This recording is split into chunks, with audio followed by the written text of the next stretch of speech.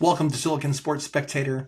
Today we're covering a sport on the rise, and that's women's professional rugby. With immense global popularity and a surging grassroots movement here at home, the women's elite rugby team is leading the charge here in the United States.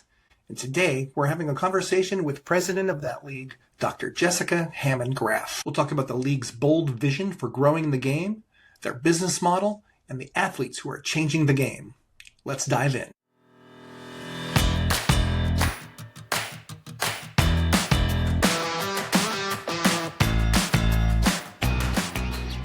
Alrighty, spectators, thank you so much for joining a very special episode today. Very proud to kick off a conversation with Dr. Jessica Hammond Graf, who is the president of Women's Elite Rugby. This is a very young league, and we're anxious to hear a little bit more about it. So, Dr. Jessica, welcome to the show. Thank you, Joe. It's a pleasure to be here. I wanted to start just by giving us a little bit of background and history of the league and where you hope to get a little state of the union. Yeah, fair enough. So we can't talk about women's elite rugby without walking it back to 2009. And that was when a group of women came together to create the Women's Premier League. And so the Women's Premier League was an amateur league that had been in place for 15 years.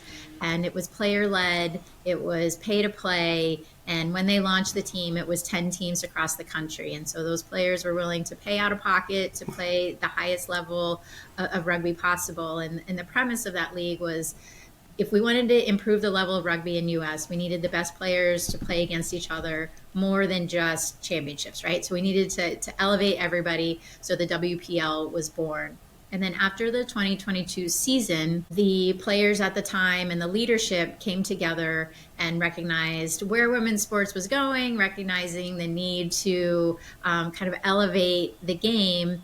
And they seated, so myself and a group of other women were the first ever external board that the leadership seated. And so that was, sometimes it feels like yesterday and sometimes it feels like 12 years ago, right?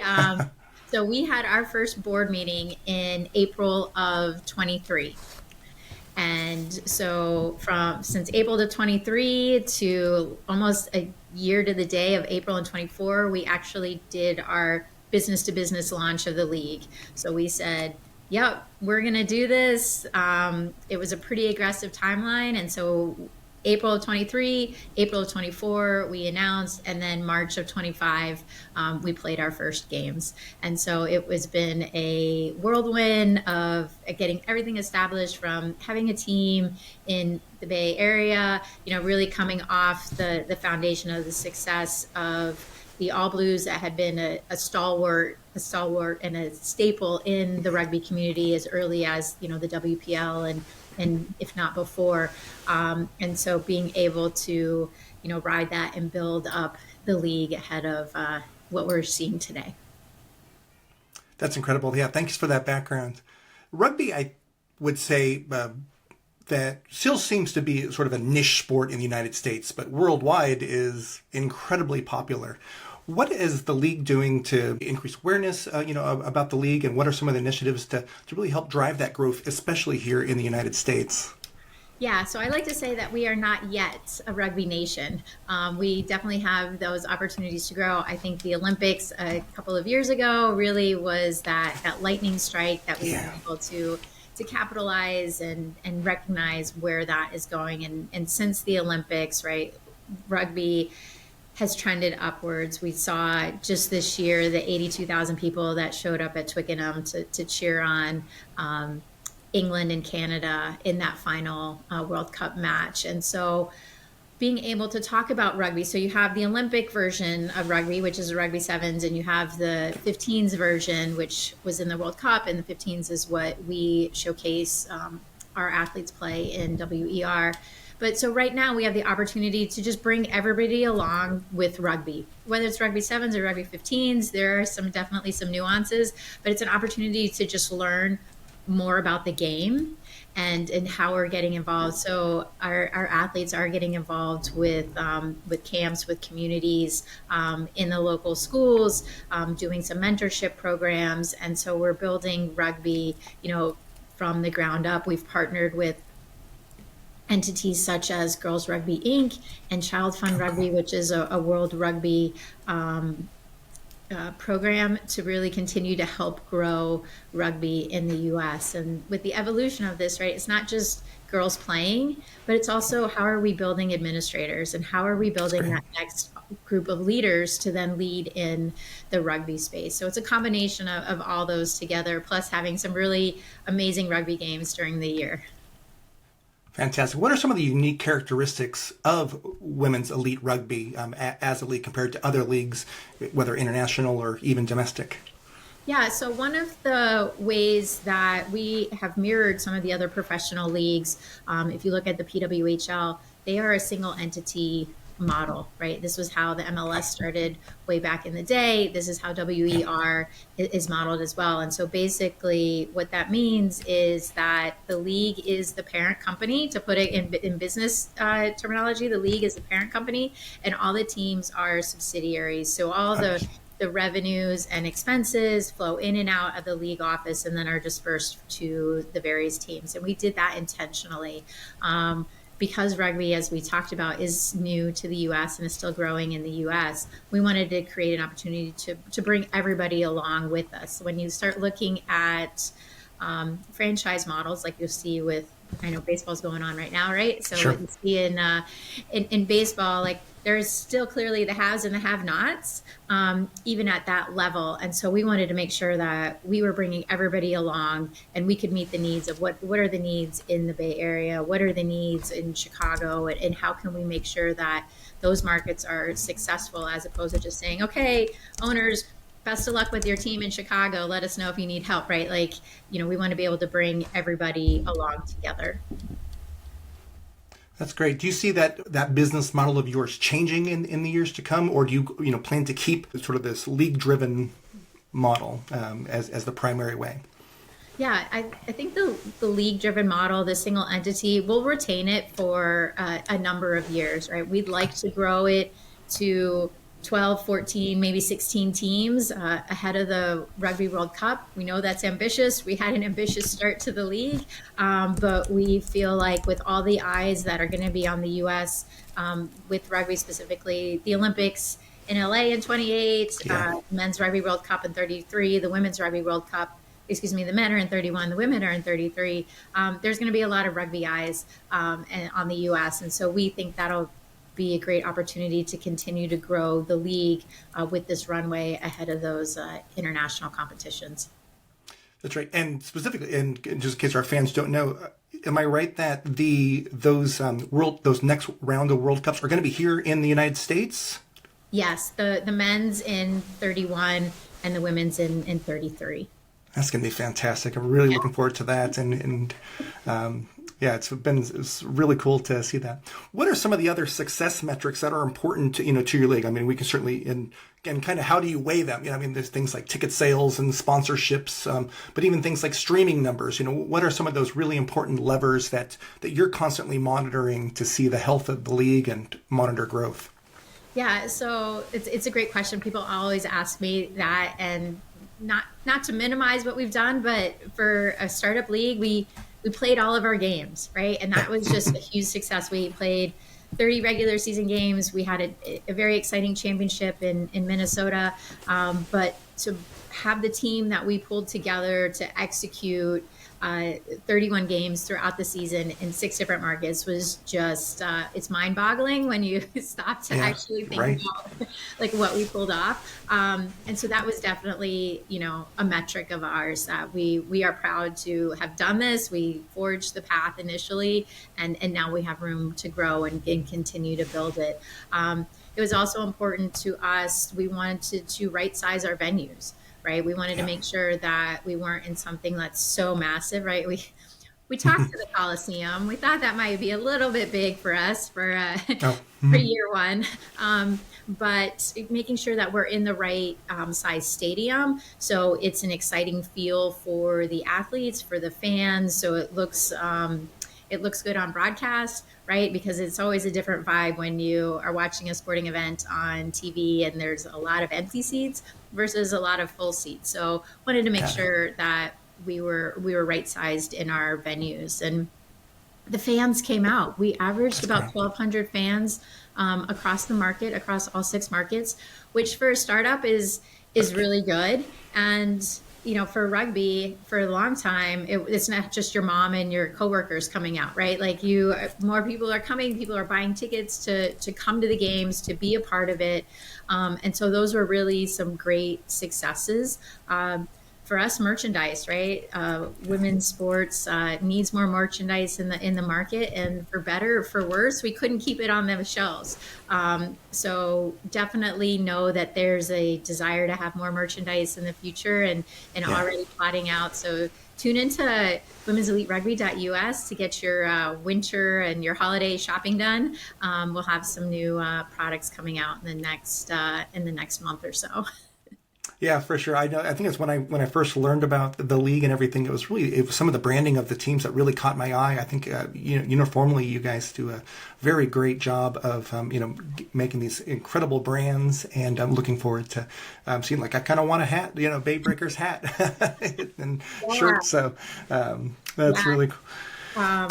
We partnered with a group overseas, MATA, and they knocked it out of the park. We kind of realized that, where rugby is in the U.S., and we looked at the whole ecosystem and of brands and leagues coming out and what different teams did and they didn't do. And we really just wanted to be in with the detailed and vibrant league names and really create this like house of brands, which is a little bit different. You look at the PWHL, right? They have very different brands for each one of those markets.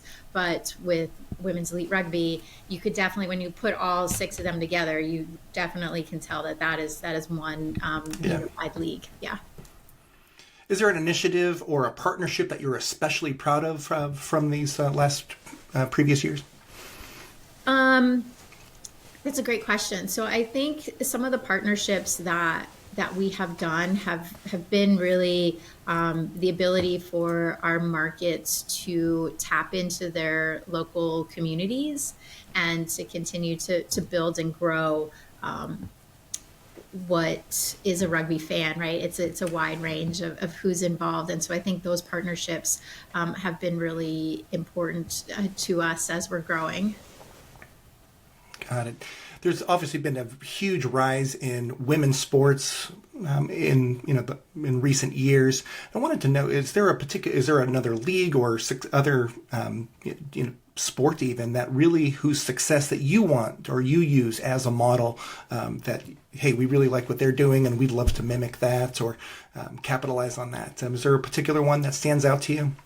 Well, I think right now there's, like you said, there's a lot. The hockey league is just like 1 year older than us, so definitely always watching. And with being a similar structure, we're always keeping an eye on what are they doing. They did their takeover games last year to help identify expansion markets. How they have done their branding, how they've done their broadcasting. So really, like paying a close attention to that. I think an aspirational league is the NWSL, right? They have turned the corner, even though they've been around for years, right? It's taken a long time for the NWSL to gain traction and even the WNBA to really gain the traction that they're experiencing now.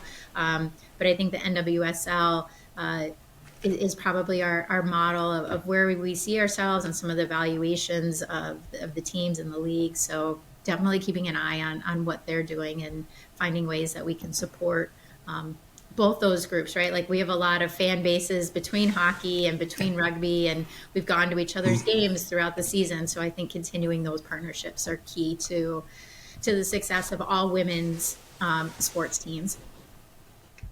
Excellent. In the WNBA right now, they're unfortunately really involved in a very contentious collective bargaining agreements, playing out a lot in the public eye and so forth.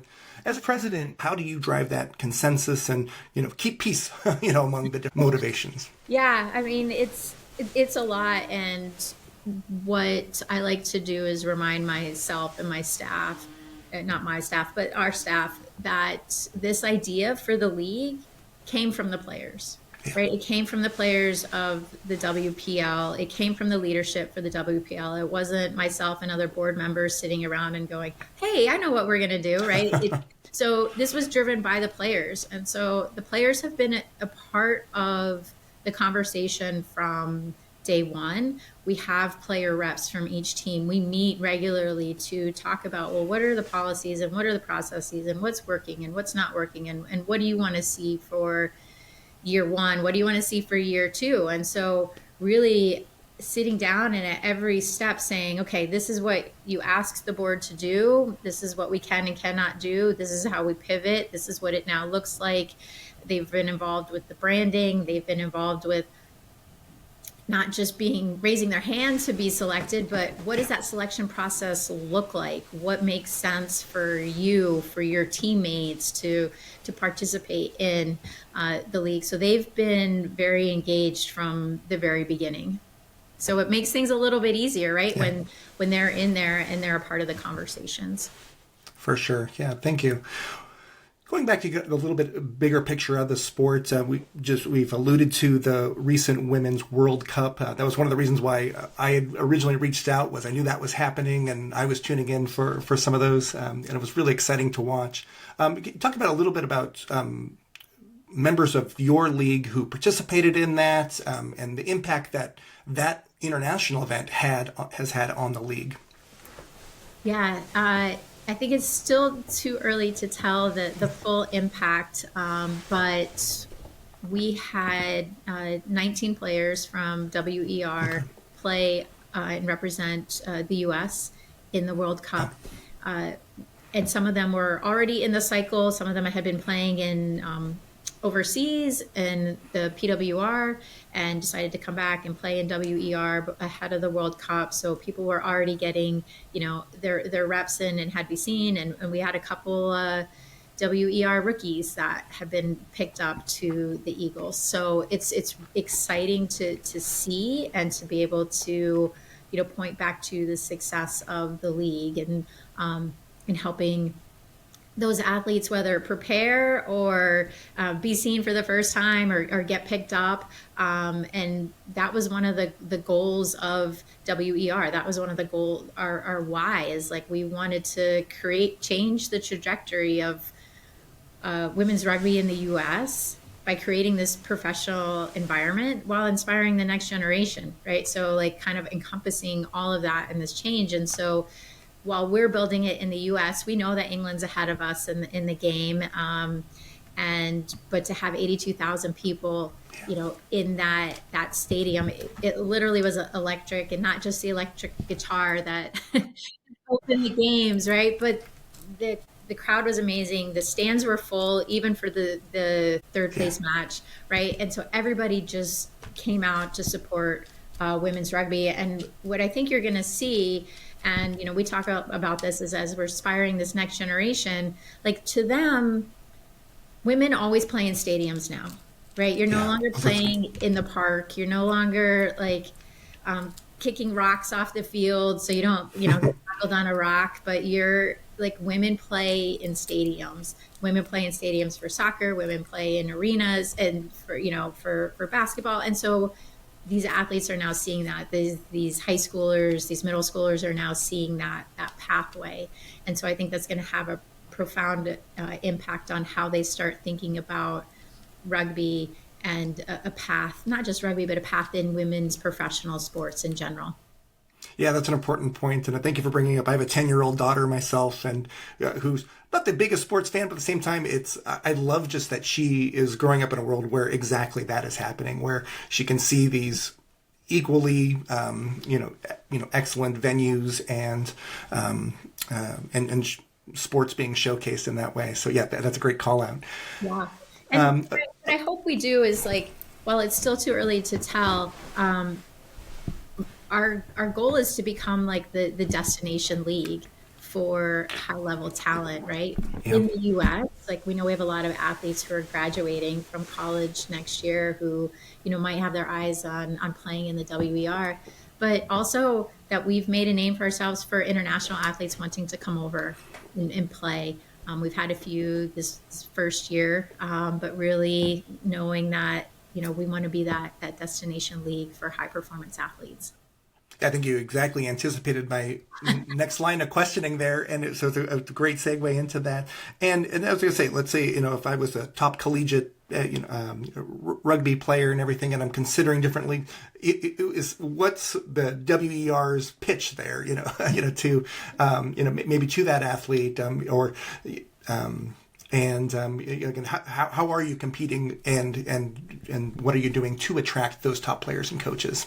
Yeah, so it really starts with creating elite level training environments, and that is room for growth, right? We had to get six markets set up, and I admit that not all of them were equal out of the gate, but we're making strides to create all of those comprehensive training environments. And so that when you have those playing environments, when you know that your teammates are committed to playing high level rugby just like you are, it changes the game a little bit. We know that there's a lot of social rugby out there, and a lot of us came up through social rugby and how we played. Like I played for 15 years, right? I get it.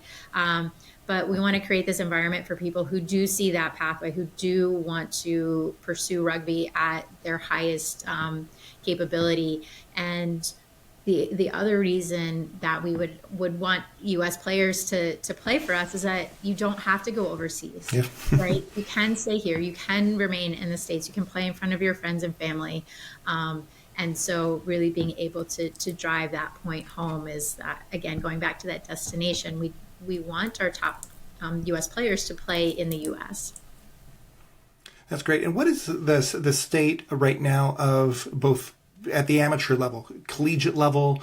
I know when I was growing in college, it was still a club sport. I don't think it was still, or at least at my school it was, in Cal State Chico, which actually won a championship. I think it was 2002, so dating myself a little bit, but still very proud of some friends who were on that squad.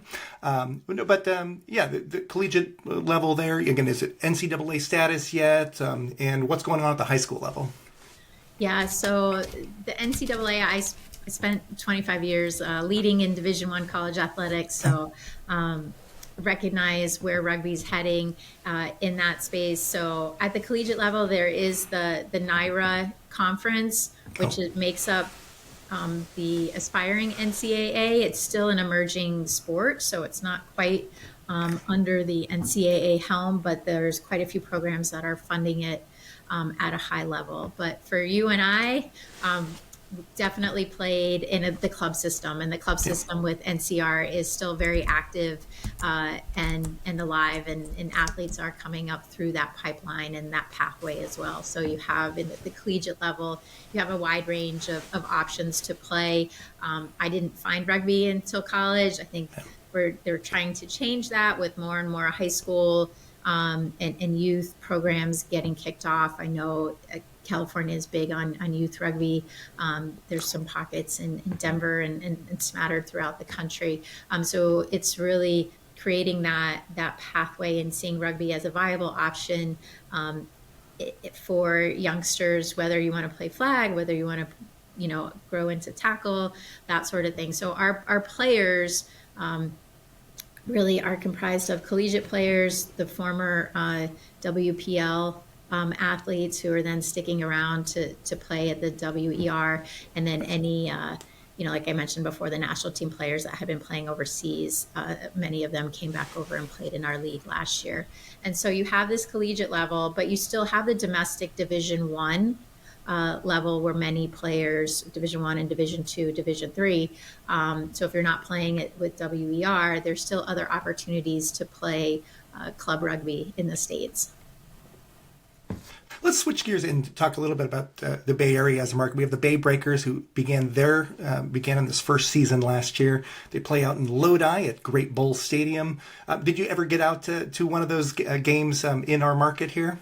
I did. Yeah, I was there for for the season opener.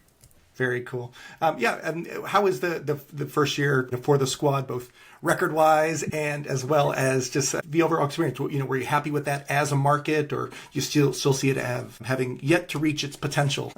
Well, I'll leave it to, I know you don't have a coach or player on the call today, but I'll leave it to them to talk about their their schedule and their overall results. I think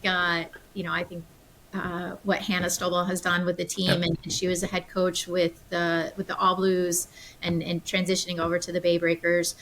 She's done a great job of building culture. It's always something that's really important to her, and creating that free flowing style that she's notorious for. And so she's been able to carry that over into the Breakers, and she did have some of the All Blues playing with her, but also recognized like the talent in the Bay Area and in your part of the country, and so was able to just tap into and build a strong squad. I think all coaches want to win a championship, right? And so we'll look forward to seeing how the squad does next year. I think with everything, one of the blessings and curses about having a single entity is we're not in market. So if it's a franchise team, they know the market in and out. They're like, we're going to play here. We're going to, find these venues and everything else. And because we did it a little bit in reverse, we announced our markets first, and then we're like, oh, let's find a place to play. And so, really digging into finding the best partners for the league and for the team. And Lodi was a great partner for us for year one. We played our games out there. Appreciate all the fans that made the journey from the Bay Area, but we're also continuing to evaluate whether or not that venue makes sense for next year, right? Just like as we're evaluating all of our venues, and so we'll continue to look. Most of our athletes live in the Oakland area, and so they're like, can we just play a little bit closer? So the Oakland Roots were a great partner for practicing. Our team practiced there, and we're looking forward to having future conversations with them. I know they have some projects going on in their back pockets about how to continue to build sports in the Oakland area. So they're doing a lot of things along with the Ballers, right? They have their really finger on the pulse of what's going on in those spaces. But we haven't yet announced our venues for year two. So we'll keep you posted. Want to make sure that the ink is dry first before we before we make any final commitments. Okay, well, definitely interested in that. What can fans expect? Again, if they were to go to whatever that venue is going to be, what kind of energy should they expect for a game day experience? Yeah, it's always a hard-hitting, fast-paced game, which I think people, while they expect it, they don't necessarily realize how exciting it is until they come to market. So there's going to be more of that next year. We're shifting the season, which doesn't impact California as much as it impacted Minnesota and New York, but shifting the season a little bit. So the athletes will be playing in May through the end of August. So everybody has a chance to be outside from the jump, as opposed to having some indoor training sessions. But so those are some things that you can expect. It will be a great family friendly environment, and we'll create some hopefully give everybody a chance to create some memories throughout the rugby season. Cool. You mentioned earlier that you were a rugby player too. I'm wondering, just in playing the sport and everything, what are some of the leadership lessons that have stayed with you, from that time and playing the sport? Yeah, so I started playing back in 1992, which the rules have or the laws have come a long way since then. And I got involved. My rugby team at the University of Connecticut, we won the national championship my rookie year, so that was a great reason to continue to play. And as I mentioned, I played for 15 years and had opportunity to play on several all-star teams throughout the country, and had a short stint with the national sevens program. So really been able to play all over the country and represent our nation at the highest level. And the leadership skills that you rely on in rugby, right? It's the same as running an organization. You rely on your teammates, right? You rely on people knowing what needs to get done. And in rugby, right, strength comes in all shapes and sizes. And so really leaning into different people's expertise to help move the league forward. Like, we were definitely a true startup. So there was a lot of like people doing things that might have stretched their abilities, or maybe just didn't have as much experience as they might have been in other roles. But it really took everybody to come together. And I've said you can't do epic things with basic people, and so it's the same with rugby. Like, you need everybody to really come together to build and grow. And and as it relates specifically to rugby, like when you're on the bottom of a rock and somebody's just stepped on you or you got tackled really hard, like the game is still going, and you have to like literally pick yourself up and then keep going. And startup life is not for the faint of heart. And there were moments where you just the ship is going and the train has left the station, whatever analogy you want to use, and literally just had to pick yourself up and keep going, because athletes are relocating, the game is happening, the teams are playing, and so you're going. It's not always a linear trajectory, but being able to work through the hard parts with your teammates makes all the difference in the world. Yeah, nowadays athletes, of course, are really building these online presences and brands for themselves and everything. I just be curious to know, how have your players leaned into that to help promote the sport and everything? Do you have any good stories about either players that have had really successful social engagements or anything like that have whose stories are worth mentioning here? I think you're putting me on the spot to pick out a couple, right? But what I appreciate about our athletes is they have leaned in, right? So it's not just creating a new league and professionalizing the league. It's like how we're shifting mindsets with staff, how we're shifting mindsets with how the U.S. thinks about rugby, which was very much very much a grassroots sport for a long time, and how that mindset is shifting, but also shifting the mindset of the athletes and helping them promote themselves and really being able to capitalize on this moment. We've seen Alona Mayer do a good job with branding herself. We've created a few opportunities for our athletes to,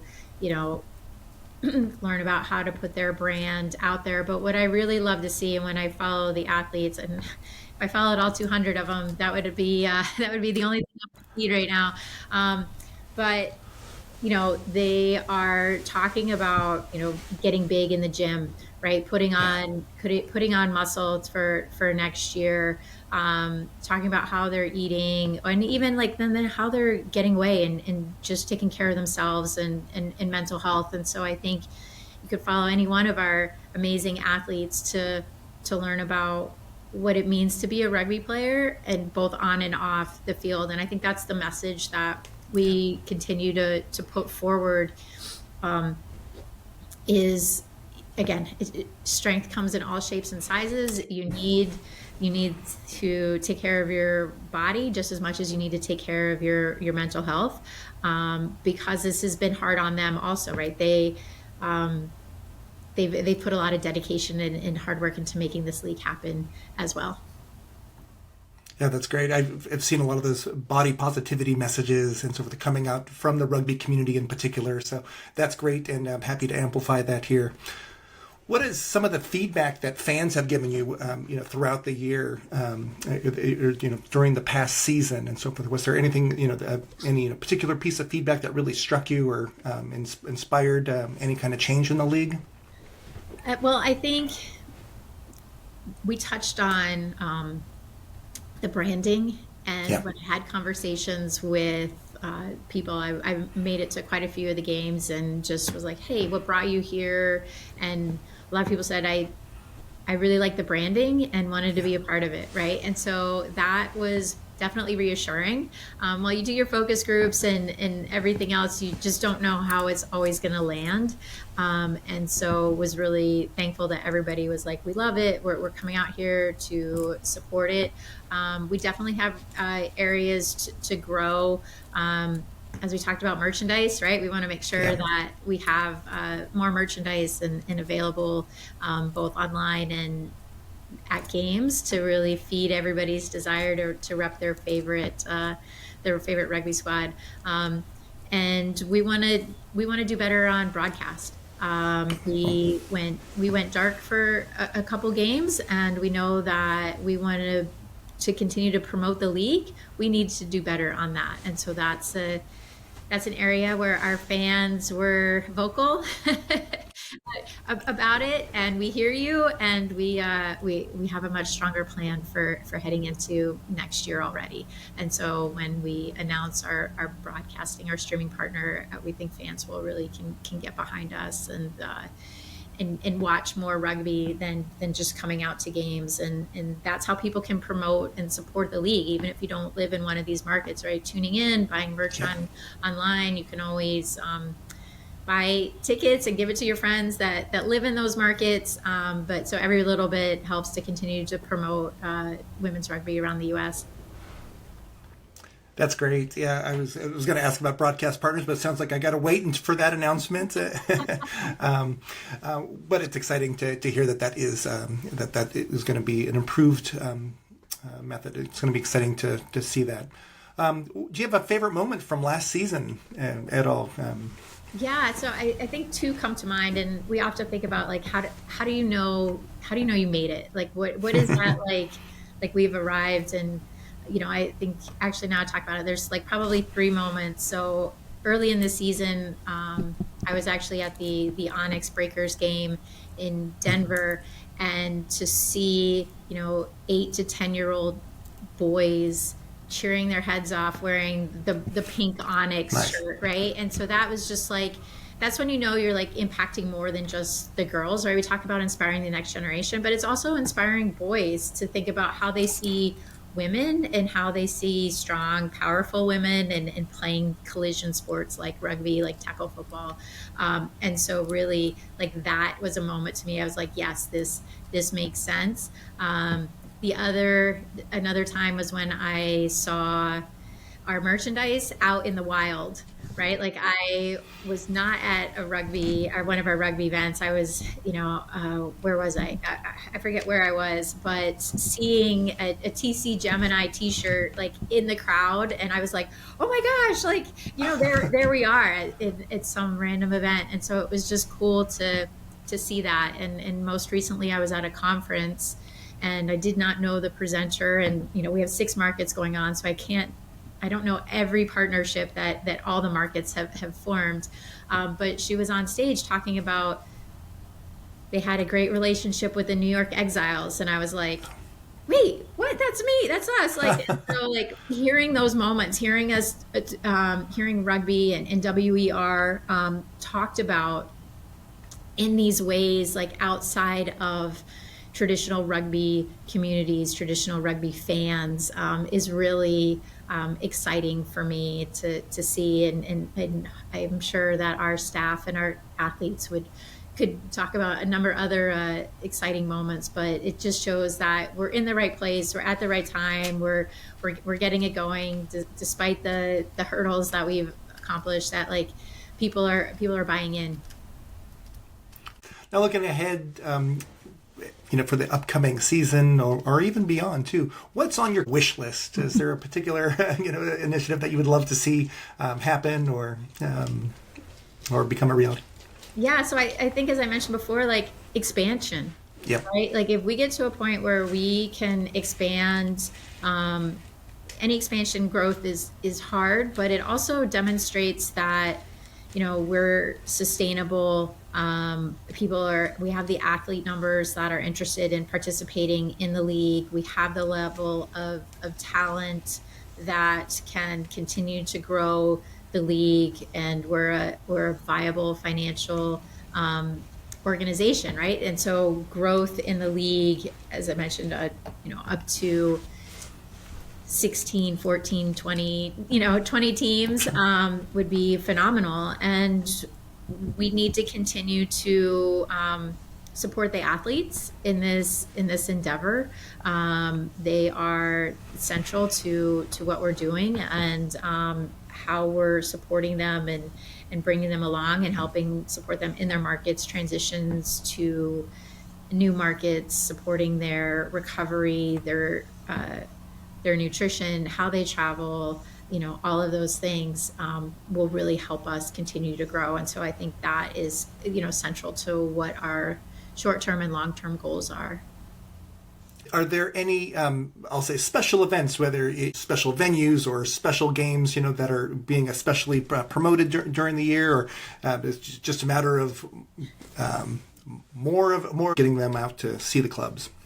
Yeah, so this year we don't have anything special lined up quite yet. We're finalizing our venues before we can put out our schedule. We do have a couple ideas that we're putting into place, but one of the big things is just trying to play more rugby. Yeah, I get it. What are some recommendations for fans who are looking to engage with the league and so forth? What how would you direct both new fans and longtime rugby supporters? Yeah, so our website, women'seliterugby.us, is a great location to start. Like I mentioned before, we're going to roll out our merchandise, an updated merchandise store here in the near future.